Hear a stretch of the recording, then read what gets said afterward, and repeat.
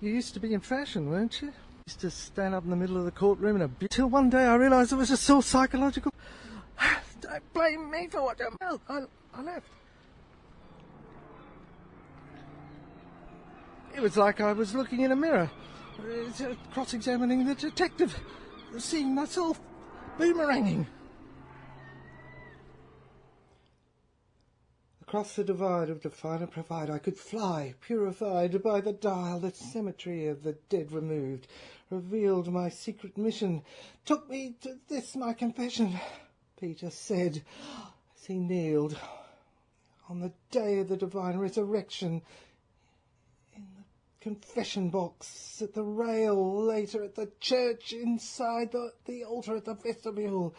Unstruck, he went on, by the netherworld, created a fissure down the centre of the painting in which I had been held, in which he had been held, the figure of the Christ and the devil locked in time together by the hell of the finite definition I had been taught in education, in the army, in the law, at the cross-section where I had been held prisoner by the executive, in my brain at the head of the triangle, and the pituitary gland where the film had entered and stored and directed and controlled me unconsciously, a prisoner am I, and I, defined in one dimension by it, a Lucifer, fallen angel from heaven, a condemnation. I flowerily describe myself in lyrics of the old 13th century, but it was necessary.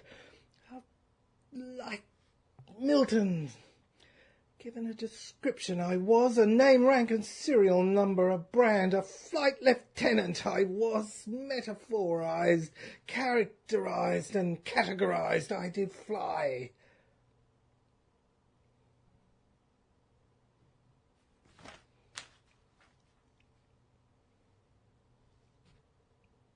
I looked at the map, saw the flight track. Heard a voice telling me it recedes on the Isle and releases... Look, the map. You crashed. Yep, you crashed, and the mangroves, the swamp, and the stream leads to the sea, the centre, the church. It's where the nunnery is, you see. Goes in a full circle, and pointed with his finger. Yes, I could see it. The sea and the monk. It seemed as if I transcribed my mind to this other dimension. As he went on, explaining it was an area in the Isle that reveals the secret of Magdalene is of gold. I see you speak in a lyric like I. He smiled, and I went on, as did he, in the mirror, and perceived, told me, a church-like area. At this area in the navel of the area, that's between the two steeples, between the two thighs of the diagram of the she, as it were. You see, the portrait that was the painting to which you referred earlier, yes, that's it, that you drew. Here, look, the mounts between the areas, that all, yes, I see it in my mind, but the blackout, the crash, yes, it disappeared. Well, that's what's observed when Define and Provide was imposed. The army, narrow, law, yes. Right, now here, these are the entitlements, the deeds. He handed them to me. Yes, I saw on his lapel an insignia. It said DJ. These deeds were locked in the security box, and the code was printed on the front, and I've heard you fumble and try and get out and work the microphone that's in this confession box. That's what you've been doing, blindly trying to fumble with everything and get out.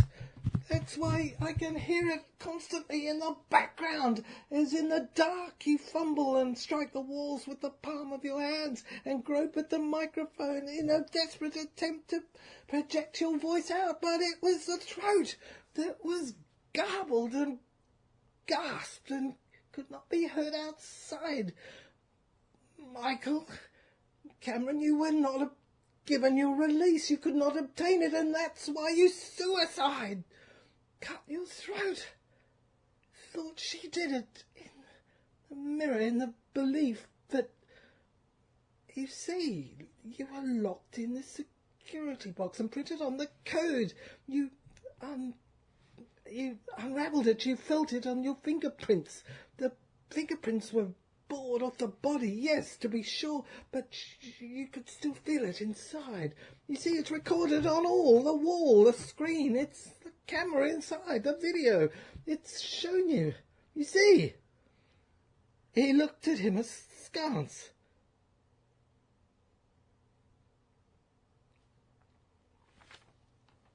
He went on.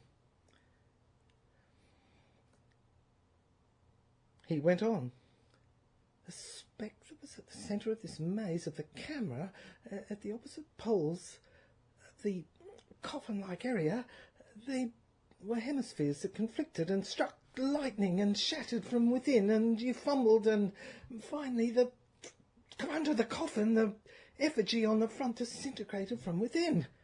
You stepped out. That's why you were found at the time. See, you've been blindfolded and walked in here, and they thought it was a suicide, but you sat down in that chair, blindfolded, and I've endeavoured to take you back in it in your memory and remember so that you can know no fear and understand, get it. You see, that's what happened in the area. Fire, you see the sirens were going.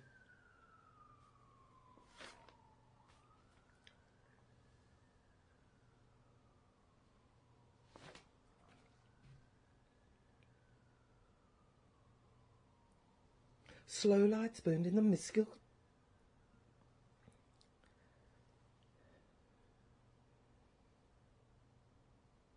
I tried to treat the painting. Slow lights burned in the mystical tower. As one by one the lights went out. The time had been one night, and the lights being blurred glowed and went in and out. I was trapped inside. There was an opening. There I saw her. There had not been a moment. There had been no warning. There had been only a split-second moment, infinitesimal, supersonic, and then a vision. Television, and my sight. Flicking of a channel. Not to a distance, but a place. The immediate vicinity charged instantly, and I'd seen her. I was with her, Audrey, talking. She was the sister, the Mother Superior, talking, speaking to me. I saw us beneath a canopy, exchanging stories, and I was telling her. She leaned against me. Her hair was dark and her face was brown. Full cheeks, her expression, her countenance. Eyes white, open wide, and pupils black, round. As I smiled, I felt soothed. Her hand extended to me as I lay beneath her, beside her. Her hand on my shoulder, extended to my shoulder, and she lay on the white sheets. Lay on the bed beside me. And we talked at great length. I made my confession at the bar. I was sure that it was a white room in which we lay. Special little windows and white frames. Her long black hair was tied in a bun, but fell down upon her shoulders. Her face was clear, full, as I've said. Full cheeks and lips, face, eyes, tenderness itself. I was hastily, amazingly soothed. I've been intermittently in the throes of this doubt, of this conflict you have heard.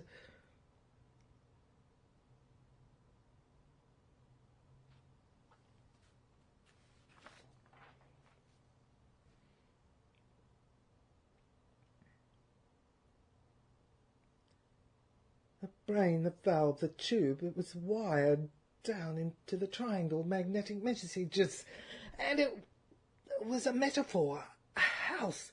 The house was a metaphor for it, and a skull was protruding on the chart. I saw it, and coughed as my throat was clearing. I'd been in the coffin. I'd seen the diagram. I'd unconsciously drawn it on the chart. Of course, there was its nucleus. Yes, the house had been wired. The brain, the skull of mine had been wired. I heard the noise outside. Oh, God, I was coughing and getting out the muck that was stopping me speak, so that they could hear me. The audience. Of course, the auditorium. They could hear me. There they were. The women. The mothers. Yes, of course, and they had their baby.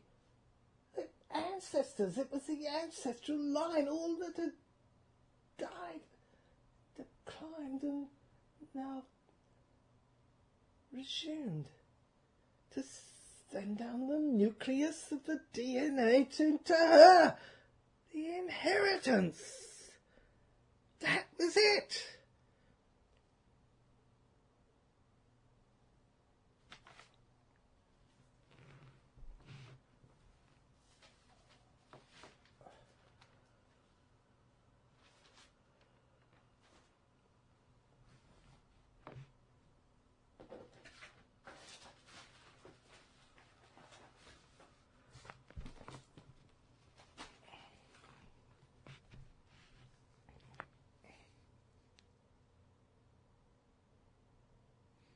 I had treated the painting.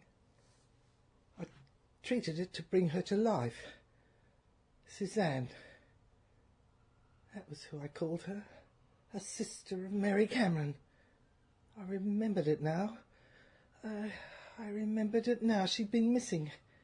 Yes, I'd been Richard Marble, the court-martial lawyer, the only one who'd escaped. I'd changed my name to Richard Marble. Michael Cameron I was.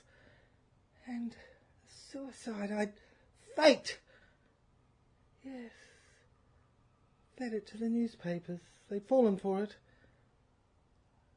The plan was mine, and I saw the insignia on the front of the coffin as I stood before it as Detective Sergeant Edmonston. I'd returned, of course, to this mansion after 7 years of time. But one day I'd heard. Of course, I'd returned in an attempt to find out further evidence of what had happened, of the disappearance of the man, James Devine, who'd been one of them, one of the cadets also, who'd disappeared in time, gone in time. Yes. I remembered the insignia I'd printed out on the outside of the coffin. I called it at the front, the wall, in the end of the room in the barracks. It was there, and we put them inside it, him and her, and it had been closing and opening and closing, and called across with a gooey password. Cuckoo it was. They'd come out like birds, 1, 2, just showing, and it was their effigy. They were dead. But it was a clue, because inside they'd hidden and lived for the last 7 years together. Yes, in a couple of rooms, a table, a chair, a bedroom, and of course they'd done their life, their writing, and the radio, the television contained in the back of the wall. It used to film them and reverse and project out and show and talk through the radio stem in the glass and tell others that they were still there. Sir Keith, Lady Diana, they lived with him on and off in this manner for 7 years. And then that's what happened. The sister, Mary Cameron, had come back. She'd gone right round the back of the rooms in the eastern end and come right across the top in the northern end of the map and down through the west and come in through the front door. How'd she got out? Didn't matter, but that was how.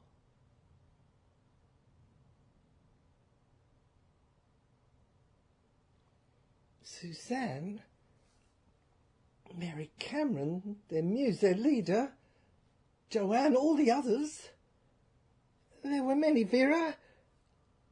All followed Audrey escaped. They'd got out through this area because they'd all played Russian roulette and shot and tortured themselves and tormented, but we devised this plan by which a false name would be substituted and they would escape through the wall the other direction and get out the tunnel finally at the northeast end.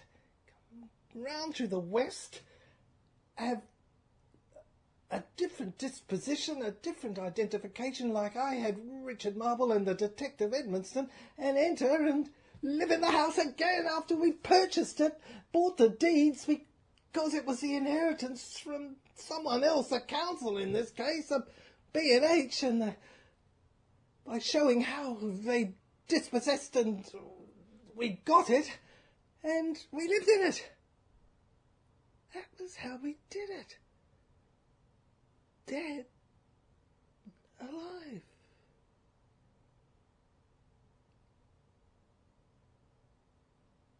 Time.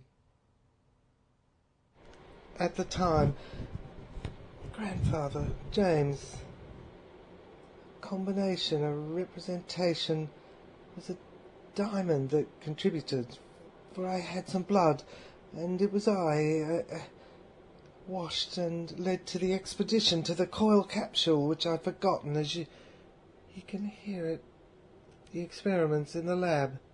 Now, I remembered the mission and the children, the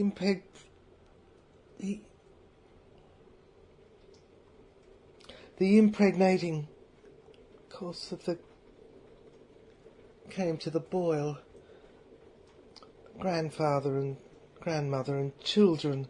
Of course, the strange feeling that this spirit, this strange soul, this strange stolen spirit had been impregnating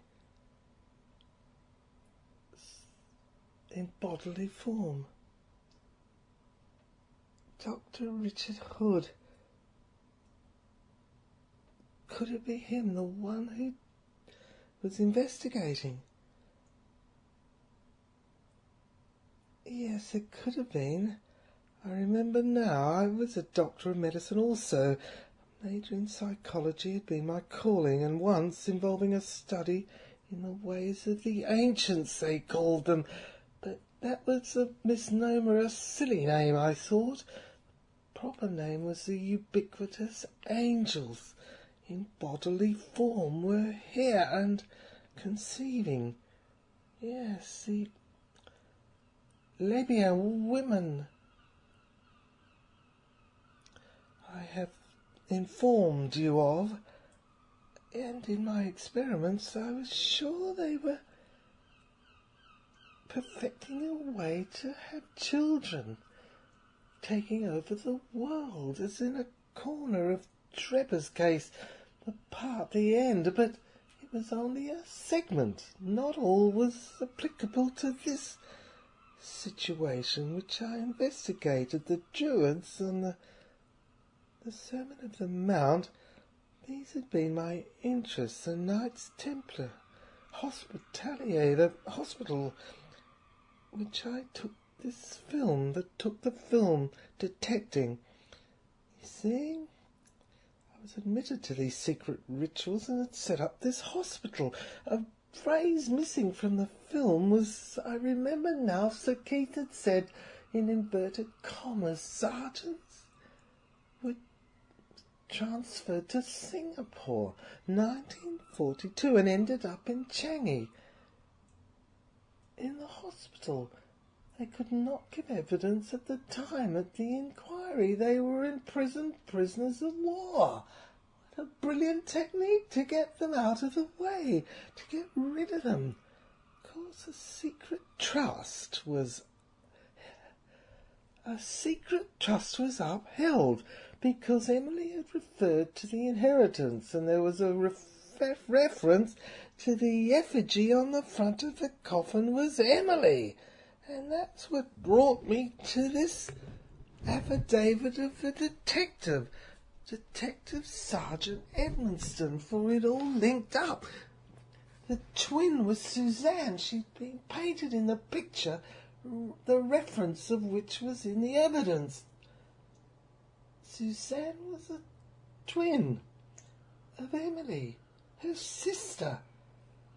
Of course, the princess they called her, and the Marquis in her James Devine had been glimpsed.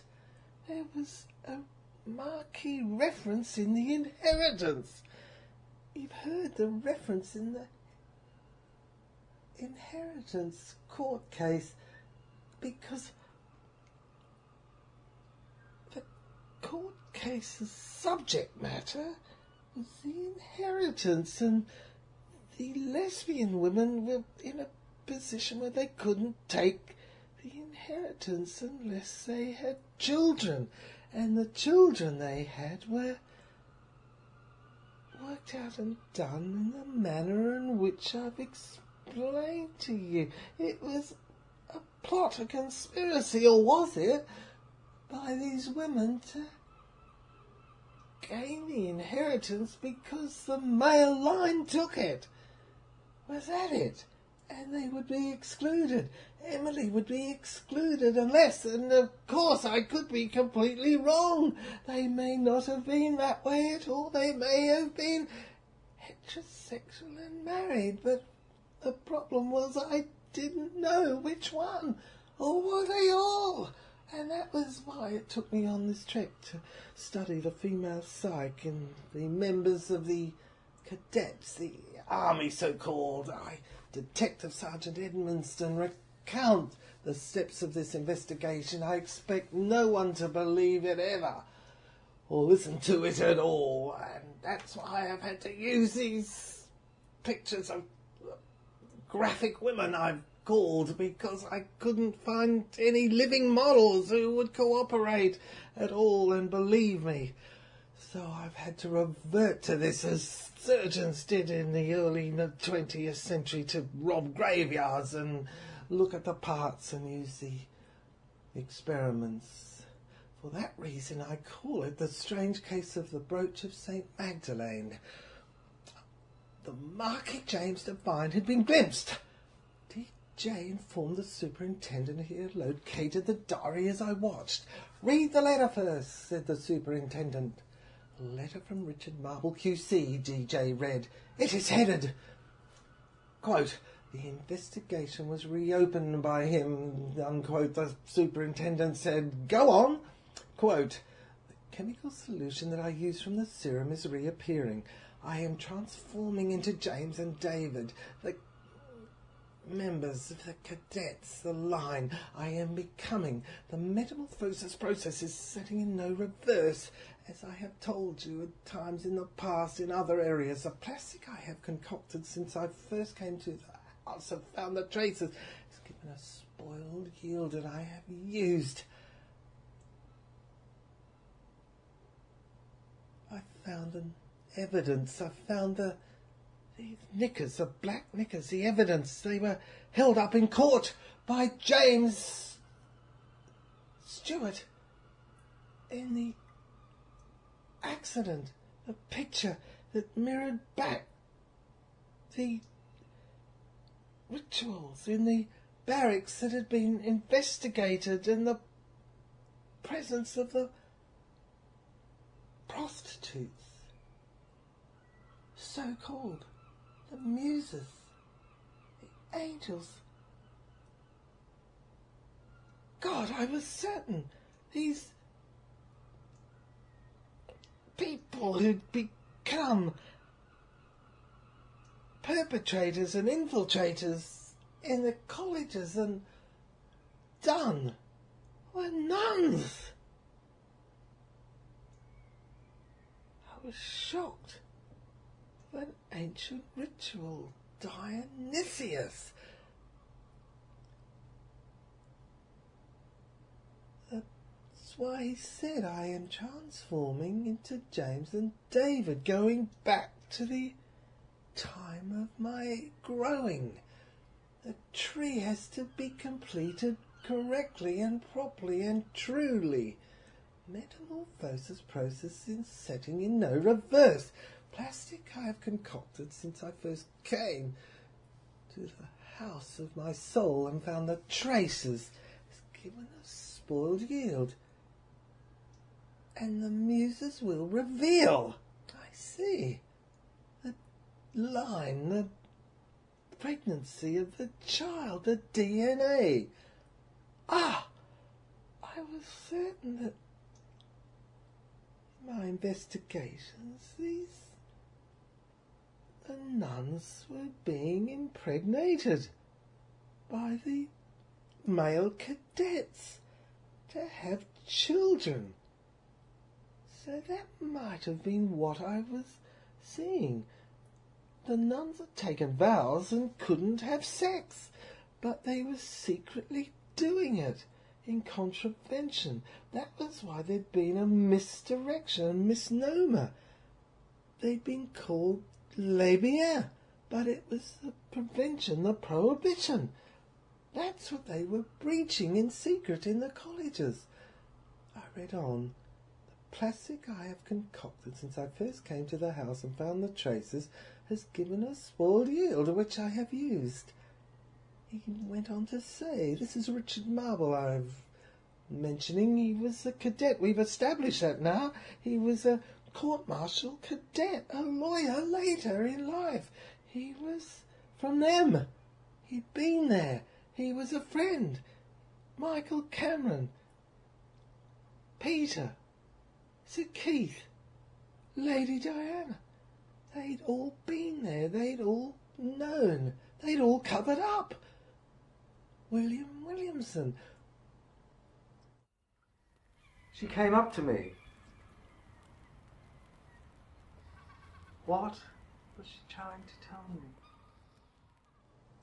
A plastic I have concocted since I first came to the house and found the traces.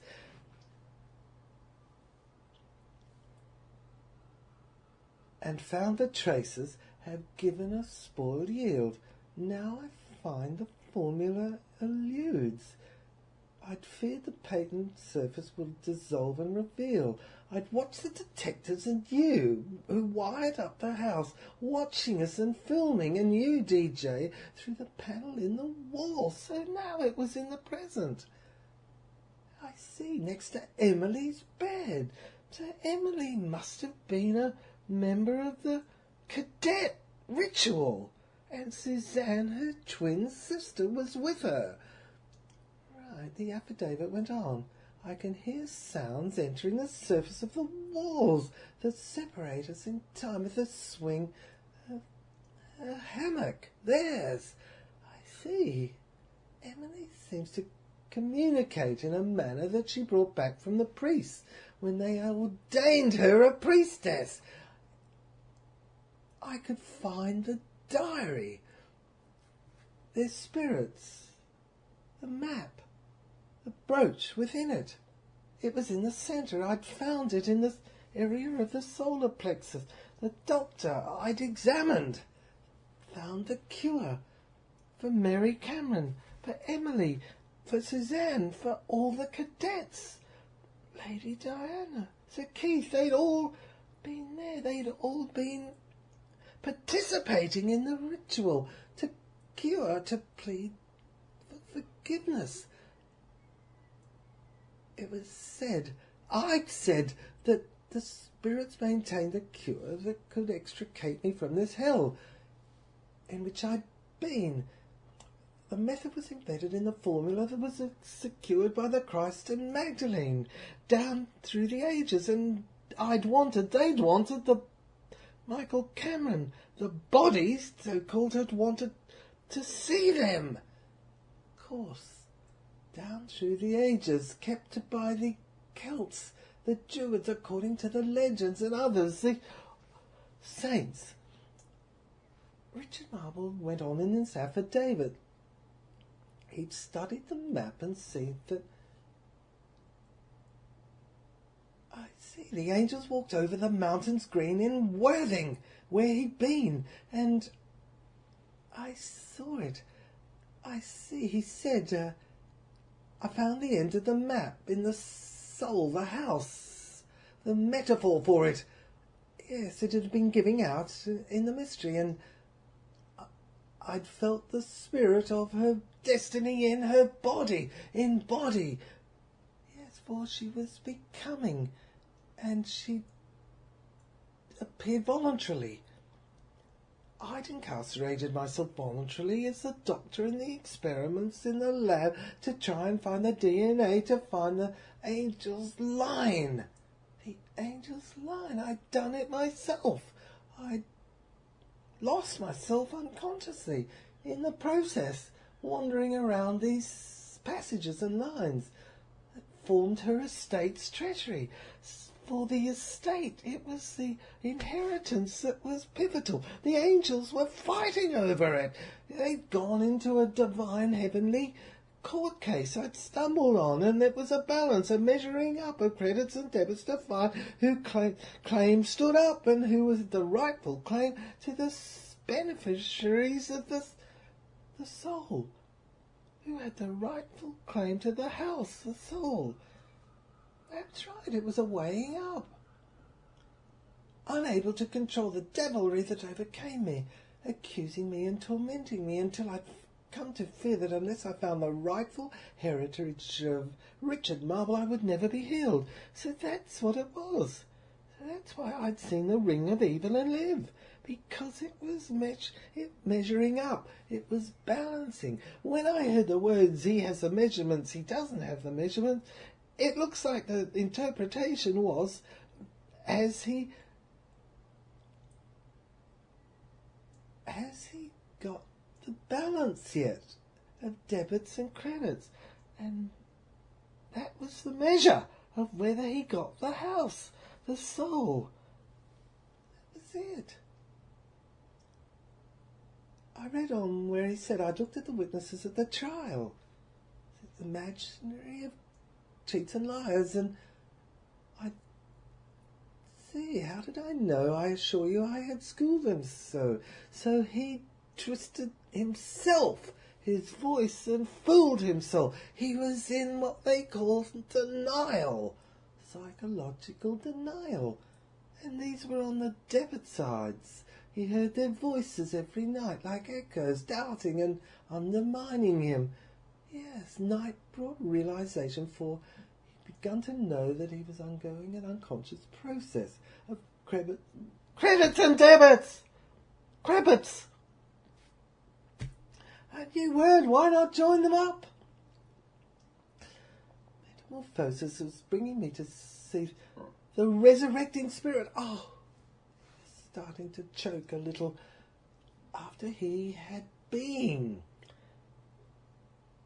He'd seen Antoinette, I'm sure, this angel who'd spoken to him of her terrible trial, and she was standing on the right hand and a saint and saying, it's all right, I went through my trial now. It was the serum. That's what was the serum, this process. It was the serum immersed in the composition of the brooch. The body, it was held in a secret area. In women, it was, I'd thought, the lower area, and I'd looked at my graphic pictures and seen the vagina, and I'd endeavoured to search up and enter and probe and find what was hidden there, if there was some treasure, some actual thing there that was a gene or a container, an inherited piece of yolk that like of an egg that contained a memory mystery that one could pick at and prick and open and remember everything that happened in earlier histories, mental histories. But I thought now it was in the back of the head, the cortex, or the front in the pirate machine, I called it. This new discovery in her and him. Of course. In it was the serum, so-called, the job, the challenge, what I had, the balance. In it was a picture, up on a screen, I saw it, of credits and balances over the centuries of my history, of his, Detective Sergeant Edmonston. I was reading. immersed in the composition of the brooch which embodied and which embossed a source of... as this symbol. I saw. I see, yes. Of course.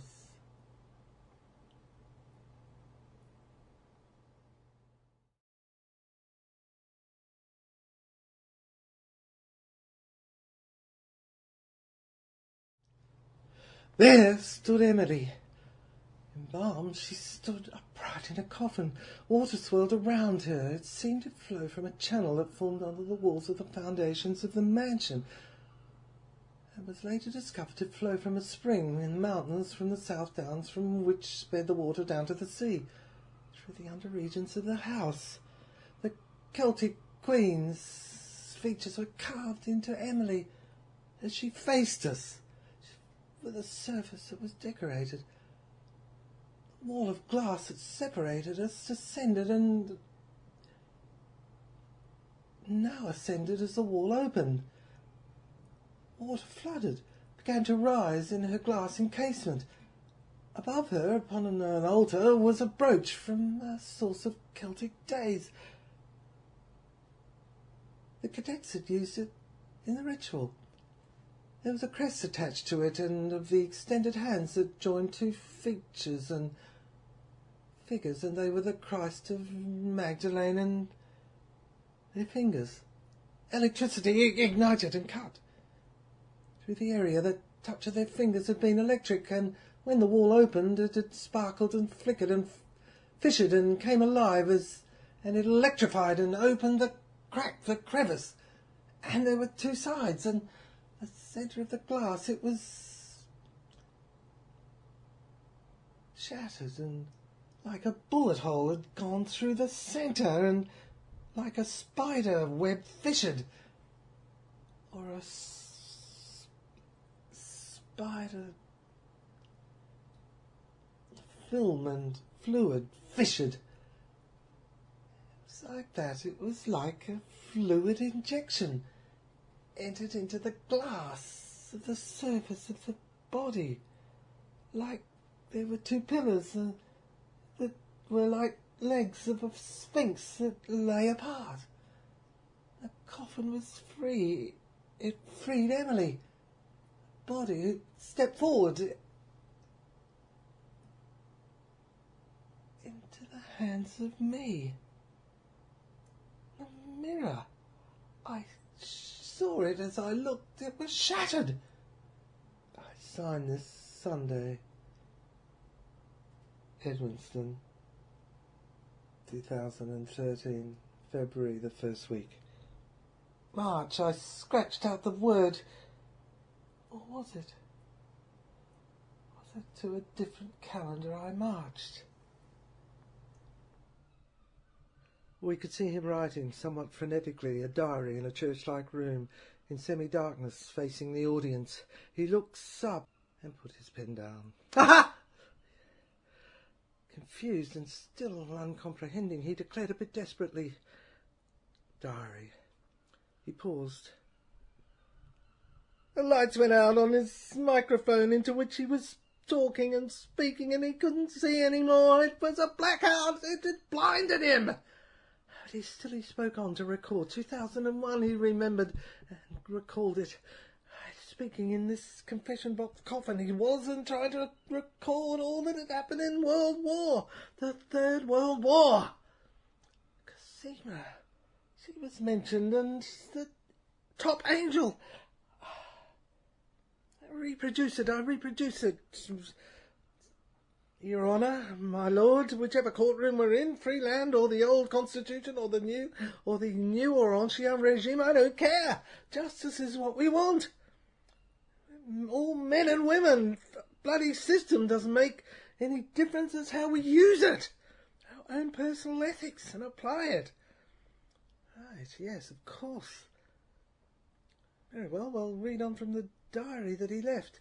I found it. I tender it as an exhibit. Read it. I have read it. I've read it. I read the letter, all the letters, 2011, 2013, February, March, 2099, back, all the dates there, 1997, 1996, they all fit into each of the entries. They're letters and entries in the letters and diaries. For God's sake, the last 17 years. Just read on where he says, I had come to believe that all should share on the planet. We should all share on the planet, that our calling demanded that we sacrifice something by examining each series. I did that. I examined Suzanne and Emily and Joanne and Annie and all of them in categories. I placed them, and they were in scrapbooks, and I looked at them, and Jan Harrison's in swimming costumes, and Joan Taylor, beautiful, immaculate women, as the sirens went round and I waited to be stopped. Arrested. Have a rest. But Nita, she was there. Nita Talbot was her whole name. I remembered now. I'd looked at them all. Oh, they're getting closer. They're getting closer. Of course, there were many of them, monumental, and my lovely, beautiful Suzanne, Emily, of course, all of them had helped me, Vera, Louise. I was trying to make a great discovery, and this is what I found. I'd sacrificed each of the she's in a series, but of course they lived and were all with me when I say a sacrifice. I didn't kill them. It was in the imagination. I investigated and examined them. I gave them a body and a breastplate and a head. Of course, perfect teeth. I sketched them. They were so beautiful. I couldn't help it. I was the artist. I remember when I was a little boy, I looked at them and sketched women. Looked at them in magazines, and Women's Day, it was called, their face. I was captivated by the beauty of it, and I used to draw it, the line of the face, round and round, and put the gleaming white teeth in Colgate ads, and wash your hair too clean for dandruff, too clean for dandruff, quick, new cleaning shampoo. How's it?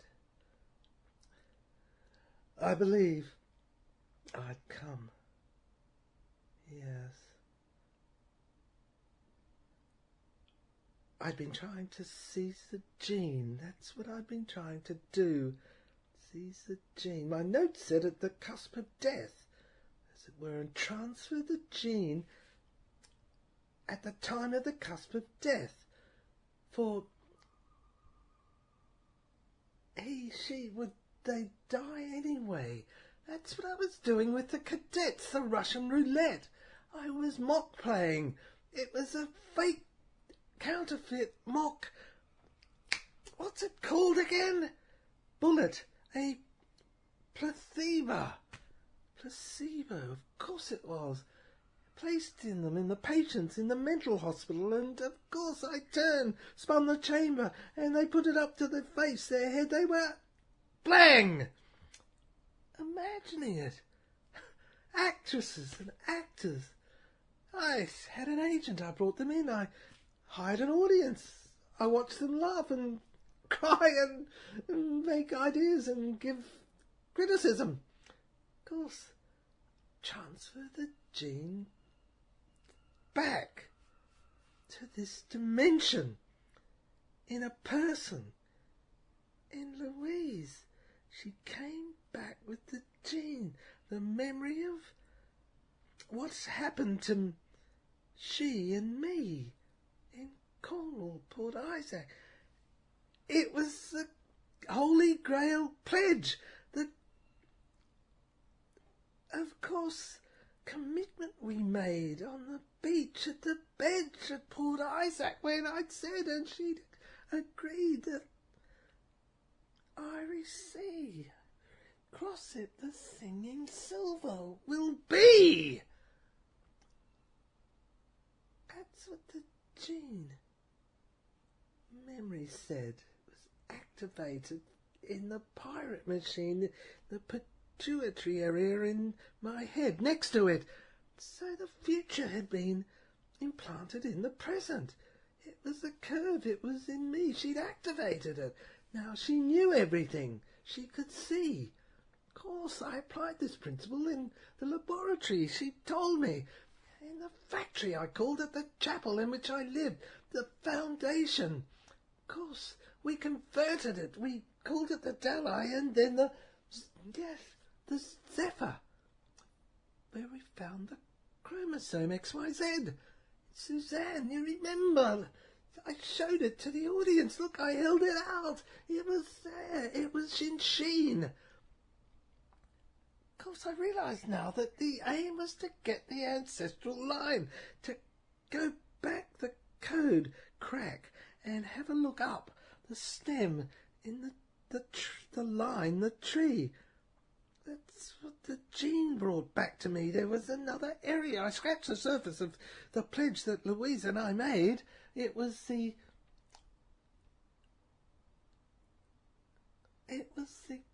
pledge we made together to the Holy Grail. Of course, subconsciously, when we sat on the bench at night and kissed and looked at the Irish Sea and knew bliss. I was happy that day. I'd never seen anyone so beautiful as Louise. Louise. Most beautiful woman I'd ever seen.